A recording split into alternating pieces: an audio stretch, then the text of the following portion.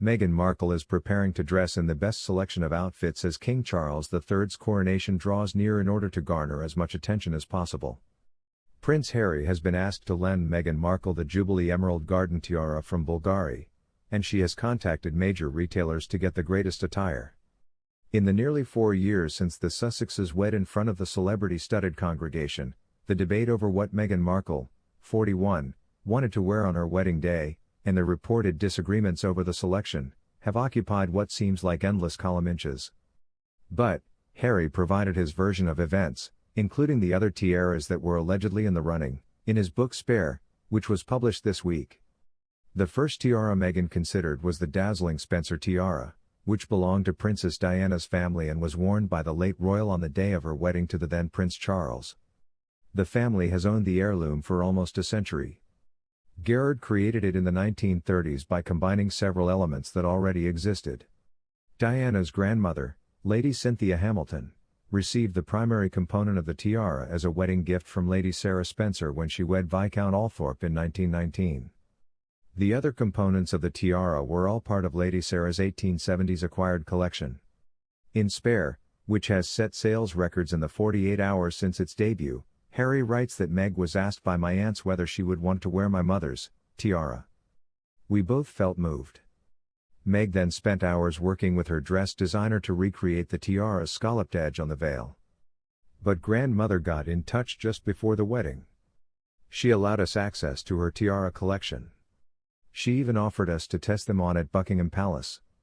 "Do come over," she said, in my memory.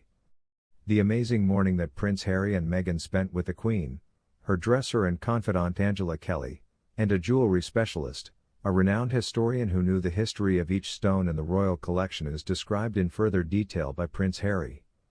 Granny instructed Meg to try on each of the 5 tiaras in front of a full-length mirror as they were arranged on a table, the book says. I observed from behind. One had emeralds only. Aquamarines was one. Each was more brilliant than the one before it. The Queen praised Meghan's appearance and remarked that tiara suit you. The diamond bandeau tiara on the Queen Mary was ultimately what stood out. It was stunning and seemed to be made for Meg, Harry continues. He doesn't mention the other tiaras that are available, but the description suggests a few options. The emerald creation may have been the Greville Emerald Kokoshnik, which Princess Eugenie eventually wore on her wedding day in 2018, or the genuinely stunning Vladimir tiara, which the Queen wore to stunning effect on her Golden Jubilee tour of Canada in 2002 and which is set in a Cambridge emerald. There are a few candidates for the aquamarine tiara that Harry highlighted. The first is the Brazilian aquamarine parure tiara made by Garrard, which was ordered by Queen Elizabeth II.